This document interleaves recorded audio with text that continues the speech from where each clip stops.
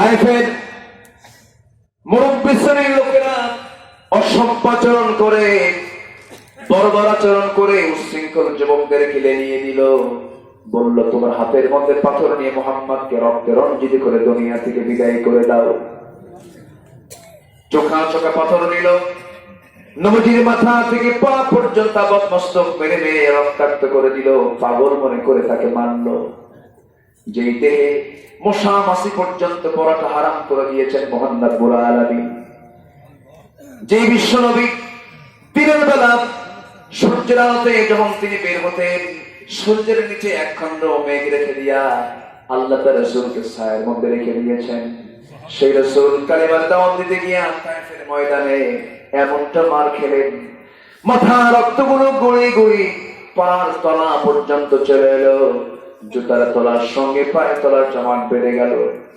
নবীজি মুখ থুবড়ে জমিনে পড়ে গেলেন। সবার মনে মনে এই চিন্তা হলো, মুহাম্মদ বুঝি দুনিয়া থেকে বিদায় নিয়েছে, আমার নবী যারা দুনিয়াতে বেঁচে নাই, নবীজি ইন্তেকাল করেছেন, সব চলে গেছে নবীর সামনে থেকে। কিছুক্ষণ পর তারা মশরা ফিরে গেল। জিবরিল আমিন এসে বললেন, ইয়া রাসূলুল্লাহ, আপনার এই হালত থেকে আল্লাহ তাআলা আমাকে তাড়াতাড়ি পাঠিয়েছেন। আজকে আপনি যা বলবেন তাই হবে। ওই যে দুই দিকের পাহাড় চাপা দিয়ে তায়েফকে শেষ করে দেব, খতম করে দেব। আমার নবীজি বলেন, ভাই জিবরাইল, আমি মুসার মতো দোয়া করব না, ধ্বংসের আমি কামনা করব না। এই তায়েফের মানুষগুলো আমাকে চেনে নাই, আমাকে বুঝে নাই, না জেনে না চিনে না বুঝে আমাকে রক্তাক্ত করে দিয়েছে। আমি এদের জন্য আল্লাহর রহমত কামনা করি, তায়েফের জন্য আমি আল্লাহর কাছে ভালো দোয়া করি। সেই দোয়ার ফসল এমন, এই নিজের চোখে তায়েফ শহর দেখে এসেছি। গোটা পৃথিবীতে যত ফল উৎপন্ন হয়, সবচেয়ে সুন্দর সবচেয়ে মিষ্টি ফল তায়েফ উৎপন্ন হয়। আমার নবীজি উল্টো তাদের জন্য দোয়া করে সেখান থেকে চলে আসলেন। সেখান থেকে যখন তিনি চলে আসবেন, পিছন দিকে বারবার তাকান, শত্রু আক্রমণ করে কিনা। আমার নবীজি পিছন দিকে ফিরে তাকায়া দৌড় মেরে মেরে সেই জায়গা থেকে তিনি চলে আসলেন। সামনের দিকে এগিয়ে গিয়ে আর হাঁটতে পারছেন না। 3 দিনের না খাওয়া বিশ্ব নবী, 3 দিন তিনি খান নাই। নবীজির পেটটা পেটের সঙ্গে লেগে গেছে, হাঁটতে পারছেন না। সামনে আঙ্গুরের বাগান পেলেন, আঙ্গুরের বাগানের মধ্যে ঢুকলেন, ঢুকে সেন্সলেস হয়ে পড়ে থাকলেন। রক্তাক্ত বিশ্ব নবীকে দেখে ওই বাগানের কেয়ারটেকার এক যুবক রাসূলকে দেখি মনে মনে চিন্তা করলো, মনে হয় এই যুবকটা বাঁচবে না, দেখি শেষ চেষ্টা করি।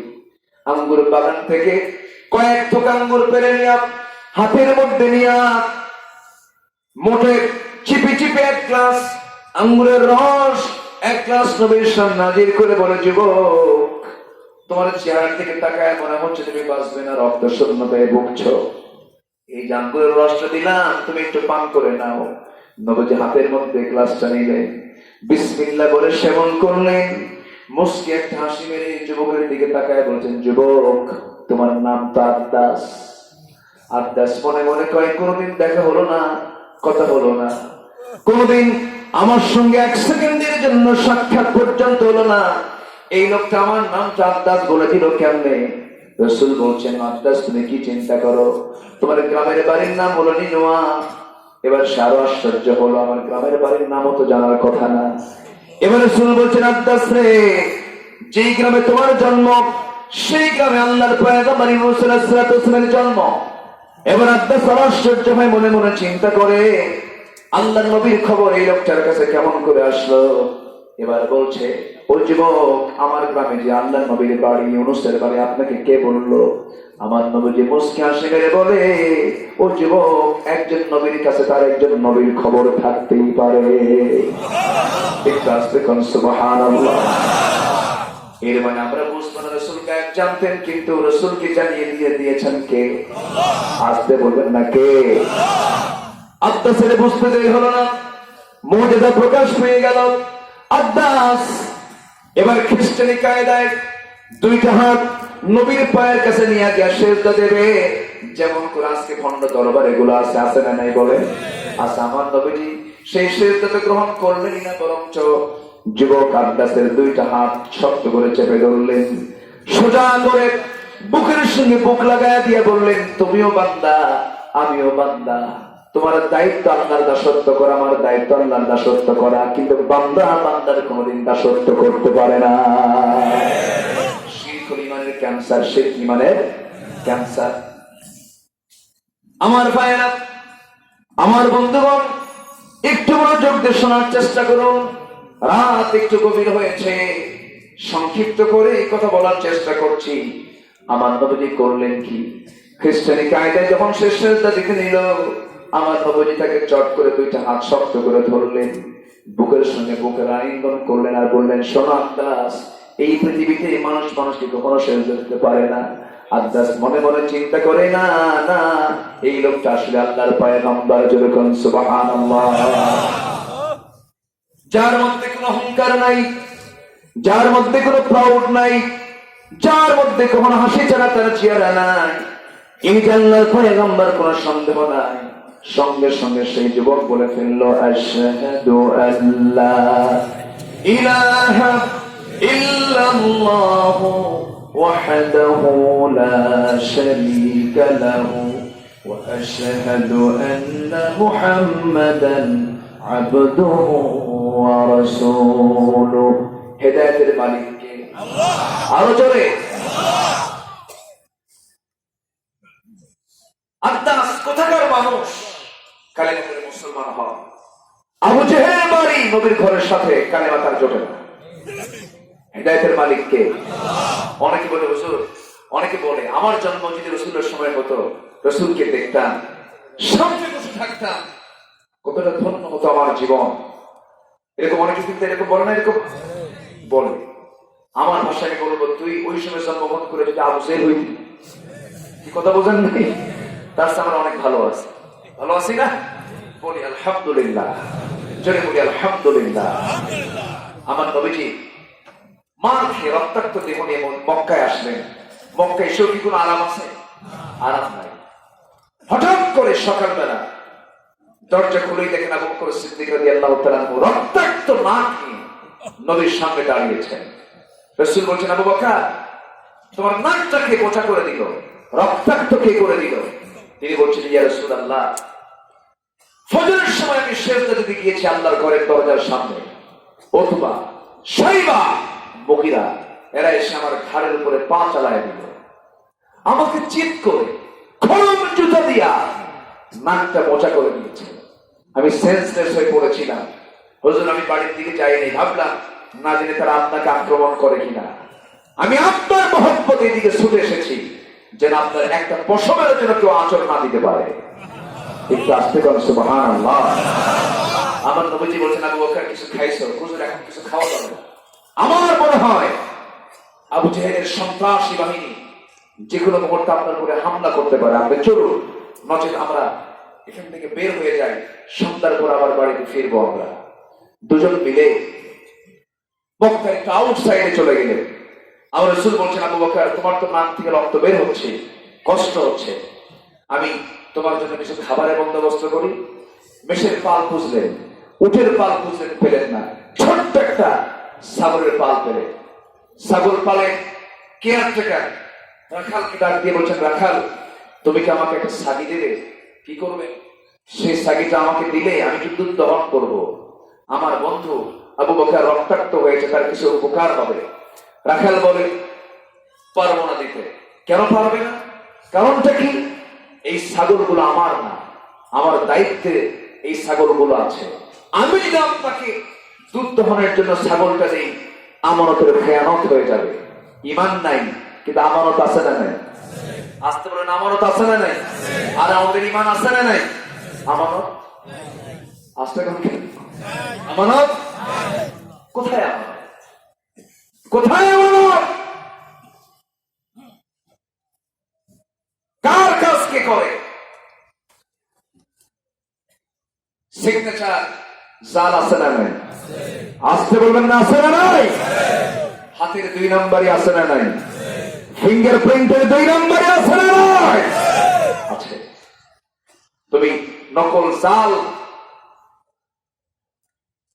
সিল মেরে আরেকজনের সম্পত্তি তুমি মেরে নিলা, আরেকজনের জমি তুমি দখল করলে, ভাবতেছো আমি জান্নাত পেয়ে যাবো। অসম্ভব। আমার ওদের খেয়ালত করেছো, তুমি জান্নাত পাবো না, পাবো না, পাবো না। ঠিক না? কষ্ট পাচ্ছে?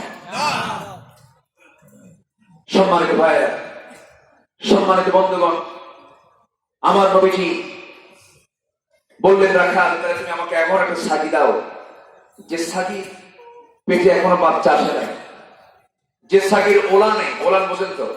এলাকি কি বলে? ওলানি বলে, ঠিক আছে। ওলানে এখনো দুধ আসে নাই, এমন একটা ছোট্ট ছাগি আমাকে দেওয়া যায় কি? রাখাল এখন মনে মনে চিন্তা করে, এই ছোট্ট ছাগি দিয়ে এই লোক কি করবে, দেখি। ছোট্ট একটা ছাগি নবীর হাতে দেওয়া হলো।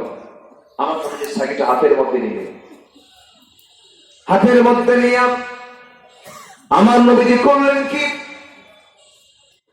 কোলের মধ্যে নিয়ে ছাগলের ছাগি পিছনের দুই পার মাঝখান বরাবর আমার নবীজি দুটা তার হাতটা দেওয়া বরকতি হাতটা রেখে দিলেন, ফু মেরে দিলেন বিসমিল্লাহ বলে।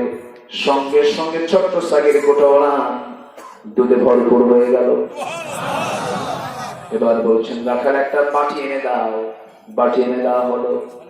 আমার নবীজি দহন করলেন, দহন করে করে বাটি পরিপূর্ণ হয়ে গেল দুধে।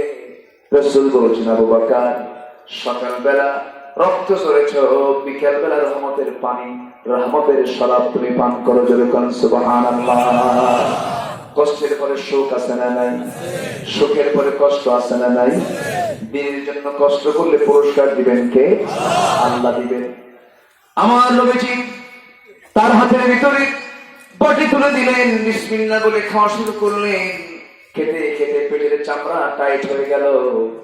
কিন্তু এবার তিনি বলছেন, ইয়া রাসূলুল্লাহ, দুধ তো খাইলাম, জন্মের খাওয়া, পেট তো ভরে গেছে, কিন্তু কি খাওয়া খাইলাম, এক চুল পরিমাণ দুধ তো কমলো না। রাসূল বলেন, ঠিক আছে, তুমি আমার সামনে রাখালকে দিয়ে দাও। রাখালকে দেওয়া হলো। রাখাল তো বিসমিল্লাহ বলা বোঝে না। সে যখন মুখটা যখন বাটিতে রেখে দিয়েছে, খাওয়ার জন্য মুখ লাগিয়ে দিয়েছে বাটির মুখে, পাত্রের মুখে। নবীজি বিসমিল্লাহ বলে দিলেন, সে খেতে লাগলো। পেট ভরে সে তার দুধ পান করলো। বাটি থেকে দুধ কমে না। রাসূল বললেন, শোনো, এই দুধ আরো কিছু আল্লাহর বান্দা এখানে থাকলেও তারা কমাতে পারতো না, যতক্ষণ না আমার ঠোঁট এই পাত্রে না লাগাবো। একটু আস্তে কোন সুবহানাল্লাহ। নবীজি আগে খেতেন না খাওয়াতেন? আস্তে কোন কেন? খেতেন না খাওয়াতেন? খাওয়াতেন আগে। এমনকি বাড়ির বউ পর্যন্ত রাসূল আগে খাওয়ায় দিতেন। আম্মা জান আয়েশা বলেন, আমি নবীর কাছে দুধের গ্লাস নিয়ে বলতেন, ইয়া রাসূলুল্লাহ, উটনির দুধ। নবীজি প্রত্যেক রাতে উটনির দুধ পান করে ঘুমাতেন। যুদ্ধ করার জন্য শক্তির দরকার আছে না নাই? শুধু আমরা ওয়াজ শুনেছি, রাসূল না খেয়ে থাকছেন, না খেয়ে থাকছেন। ইসলাম মানে না খেয়ে থাকা না। ইসলামের ইতিহাসে এমনও আছে, রোজার মাসে রোজা ভেঙ্গে যুদ্ধ করা। আসতে করতে আছে না নাই? তাজা হতে হবে, শক্তিশালী হতে হবে। ইসলাম মানে দুর্ভিক্ষ নয়, ইসলাম মানে অভাব-অনটন নয়, ইসলাম মানে না খেয়ে থাকা নয়, ইসলাম মানে ফকির জীবন নয়, ইসলাম মানে হলো সমৃদ্ধি, ইসলাম মানে হলো উন্নতি। ইসলাম যে সমাজে চালু থাকবে, সেই সমাজে সুদ থাকবে না, যাকাত থাকবে। আর যাকাত যদি চালু থাকে, সমাজে অভাব থাকবে না, কি বলেন? অনটন থাকবে না, কি বলেন? থাকবে না। আমার ভাইয়েরা, রাসূল কখন খান নাই? যখন পান নাই। কথা বোঝেন নাই? যখন পান নাই তখন খান নাই, যখন পেয়েছেন তখন কি তিনি খাবেন না? অবশ্যই খাবেন না। কারণ ঘরের খাবার আছে, আমাদেরকে খাবার খাবো না? অবশ্যই খাবার খাবো। আমার ভাইয়েরা, আমার নবীজি উটনির দুধ নিয়ে আম্মা জান আয়েশা যখন তার সামনে যখন উটনির দুধ নিয়ে যখন তিনি দাঁড়াতেন, রাসূল বলতেন, আয়েশা তুমি আগে খাওয়া শুরু করে দাও। আম্মা জান আয়েশা বলেন, আমি রাসূলকে আগে খাওয়াতে পারিনি কখনো। আমার দিকে গায়ে দিতেন, আমি সেই গ্লাসটা নিতাম। গ্লাস নিয়ে যখন আমি দুধ পান করা শুরু করতাম, আমার নবী আস্তে করে খাটটা একটু নিচু করতেন। নিচু করে দেখতেন আমি আয়েশা কোন দিক থেকে ঠোঁট লাগায় খাই। আমার নবীজি শেষে গ্লাসটা নিতেন, অবশিষ্ট দুধের দুধটা তিনি খাওয়ার সময় যে দিক দিয়ে আমি ঠোঁট লাগিয়েছিল সেই দিক দিয়ে ঠোঁট লাগাতেন আর মুস্কি হাসি মেরে বলতেন, আয়েশা আমি তোমাকে দারুণ ভালোবাসি। সুবহানাল্লাহ বলবেন না? ইসলামে ভালোবাসা মুহাব্বত আছে না নাই? আসতে বলবেন না আছে না নাই? বরং যে ইসলাম মানলে মুহাব্বত আরো কমবে না বাড়বে? বাড়বে। আর ইসলাম না মানলে পরে সেই মুহাব্বত থাকবে নাকি?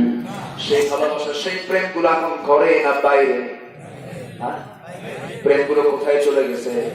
সব ঘরের মধ্যে না গাছতলা, ঘরের মধ্যে না বটতলা। আমার ভাইয়েরা, আমার নবীজি কখন আগে খান নাই, সবাইকে আগে খাওয়ায় দিয়েছেন। আমার নবীজি খাওয়াতে খুব পছন্দ করতেন। আম্মা জান আয়েশার বর্ণিত হাদিস, আমি উটের গোশত গুলো খেয়ে খেয়ে হাড় গুলো রেখে দিতাম, নবীজি হাড় গুলো চুষতেন আর মুস্কি মুস্কি হাসি মারতেন। ইসলাম কত সুন্দর, নবীজি তার সুন্দর করে সবার সামনে ফুটে তুলেছেন। আমার ভাইয়েরা, আমার বন্ধুগণ, নবীজি আর করলেন কি, সেই বাটিটা নবীর হাতে তুলে নিয়ে তিনি খেয়ে নিলেন। বাটিতে দুধ শেষ হয়ে গেল। এবার রাখালকে বলছেন, রাখাল তুমি থাকো, আমরা চলে যাচ্ছি। রাখালের চোখে পানি টলমল করে। রাখাল বলে, আমিও যাব আপনাদের সাথে। কি পরশ পাথর জুড়ে বলে সুবহানাল্লাহ। আমার নবীজি লজ্জা এমন ছিল, একজন পুণ্যবতী নারী যেমন লজ্জা থাকা উচিত এমন জাতীয় লজ্জাশীল ছিলেন মুহাম্মদ সাল্লাল্লাহু আলাইহি ওয়াসাল্লাম। আমার নবীজি এত সরল ছিলেন, তার মতো সরল পৃথিবীতে আর দ্বিতীয় মানুষ ছিল না। আমার নবীজি ডান দিকে তাকানোর প্রয়োজন হলে পরে আর চোখে কখনো তাকান নাই। বাম চোখে তার বাম দিকে তাকাতে গেলে আর চোখে কখনো তাকান নাই। বাম দিকে তাকানোর দরকার, ঘাড় ঘুরে তিনি তাকিয়েছেন। ডান দিকে তাকানো দরকার, ডান দিকে ঘাড় ঘুরে তাকিয়েছেন। আঁকা বাঁকা করে তিনি কখনো নজর দিতেন না। নবজি যখন হাঁটতেন বুক উঁচু করে কখনো হাঁটতেন না। নবজি রাস্তায় যখন হাঁটতেন দুই বৃত্তাঙ্গুলোর দিকে ভর দিয়ে দিয়ে মাথা নিচু করে করে বিনয়ী বান্দা হয়ে হাঁটতেন। জোরে বলে সুবহানাল্লাহ। যুবকরা, সেই নবীর মডেল গুলোকে ফলো করো। রাস্তায় কিছু হুন্ডা চালায়, বাইক চালায়, আছে না নাই? কিছু বাইকার আছে, এখানে পুলিশ সদস্য আছে। এই যে বাইকাররা, যুবকরা, তোমার যে উশৃঙ্খল হয়ে হুন্ডা গুলো চালাও, এগুলো কিন্তু তোমার বিনয়ী চরিত্রে তোমার আচরণ না, এগুলো ঠিক না। মাথার চুলগুলো দেখবেন কি সাইজের চুল কাটে, আছে না? মাথার চুল কেটে সুন্নতে মুহাব্বত নাকি? মাথার চুলগুলো দুই দিকে চুল নাই, পিছনেও চুল নাই, মাথার উপরে গোল করে দক্ষিণ তালপট্টির দিক, ঠিক না? আছে না নাই?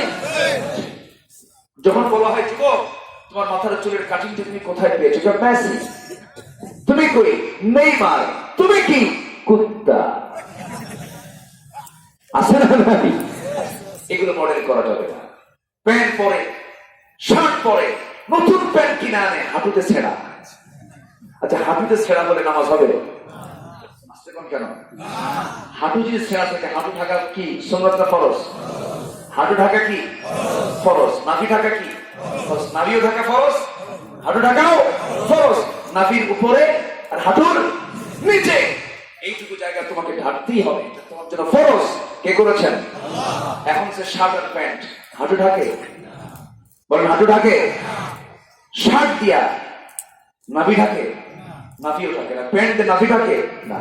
প্যান্ট এত নিচে পড়ে, প্যান্টের যে কি করে এটাকে বেল্ট, এটা এত নিচে, নাভি থেকে আরো নিচে, আরো নিচে, সীমান্ত বর্ডার।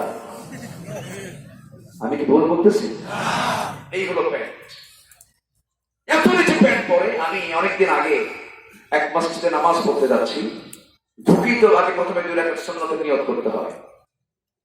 2 রাকাত নফল নামাজ পড়েছেন মুহাম্মদ সাল্লাল্লাহু আলাইহি ওয়াসাল্লাম। মসজিদে ঢুকি, এই নামাজ রাসূল কখনো বাদ দেননি।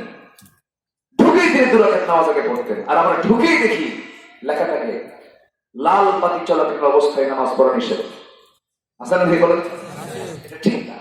মসজিদে ঢুকবো, কয় রাকাত নামাজ পড়বো? 2 রাকাত। এটা রাসূল পড়েছেন। তো আমি ঢুকি, নামাজ শুরু করবো, এমন অবস্থা দেখে এক যুবক নামাজে দাঁড়ায় গেছে, এরকম প্যান্ট আর শার্ট নিয়ে। ভাবলাম দেখি তো নামাজ কেমন হয়। রুকুতে গেছে, রুকুর ঠেলায় দেখি প্যান্ট নিচে, শার্ট উপরে, মাঝখানে নাই। তো ভাবলাম একটু রুকু দেখি সেজদায় কি হয়। সেজদায় যখন কিছু সেজদার ঠেলাই দেখি প্যান্ট খুইয়া আন্ডার প্যান্ট বেরিয়েছে। আছে না? আসতে বলবেন এগুলো আছে না নাই? তাহলে এটা কি পোশাক কি সতর ঢাকা হলো?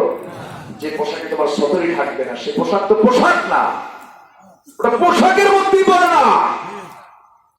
আমার মেয়েরা যে পোশাক গুলো পরে, মেয়েদের যে পোশাক যেটা পরা দরকার সে জাতীয় পোশাক কি আজকে মেয়েদের গায়ে আছে না? মাথা থেকে পা পর্যন্ত ঢাকতে হবে, ঢিলে ঢালা কাপড় চোপড় পুরুষকেও পড়তে হবে মহিলাকেও পড়তে হবে, ঢিলা ঢালা, বডির ফিটনেস বের করা যাবে না। বুকের উপরে প্রশস্ত চাদর দিতে হবে, নিতম্ব গোটা চাদর ঢেকে ফেলতে হবে। সম্ভ্রান্ত পরিবারের মতো মাকে চলতে হবে, উদ্ভ্রান্তের মতো যৌন সুশ্রীপূর্ণ কোন পোশাক পরা যাবে না। আর আমার মা, আমি শুনেছি এখানে অনেক মা বোন আসছেন না, অনেক মা বোন আজকের মাহফিল এসেছেন। মাদেরকে বলবো, চাচুদা ভাই, মামাতো ভাই, খালাতো ভাই, দুলা ভাই, দেবর, ভাসুর দেখা করা জায়েজ? আসতে কোন কেন? দেখা করা জায়েজ। আর এই জাতীয় লোকের সঙ্গে যারা পর্দা করতে পারে এটাই হচ্ছে সলিড 1 নাম্বার পর্দা। এটা শুধু বোরকা পড়লেই পর্দা হয় না।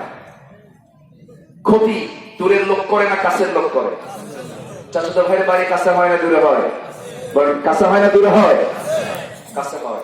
এই জন্য চাচুদা ভাইয়ের সঙ্গে পর্দার দরকার কম না বেশি? বেশি। দুলা ভাইয়ের সঙ্গে দরকার আছে না নাই? দুলা ভাই তো অবলীলায় ঘরের মধ্যে ঢোকে, ইসলাম এটাকে অ্যালাউ করে না। ইসলাম এটা অ্যালাউ করে না। দুলা ভাই হোন্ডায় চড়ে, শালি কিছু আছে দুলা ভাইয়ের পিছনে চড়ে। আমি কি ভুল বলতেছি? এগুলো বলার দরকার আছে না? চড়ে কিনা বলেন? চড়ে। আপনি দুলা ভাইয়ের পিছনে আপনি হোন্ডায় চড়লেন, ভালো কথা। আপনি দুলা ভাই আপনি কেমন? আপনার শালিকে, প্রাপ্তবয়স্ক শালিকে আপনি হোন্ডার পিছনে তুললেন।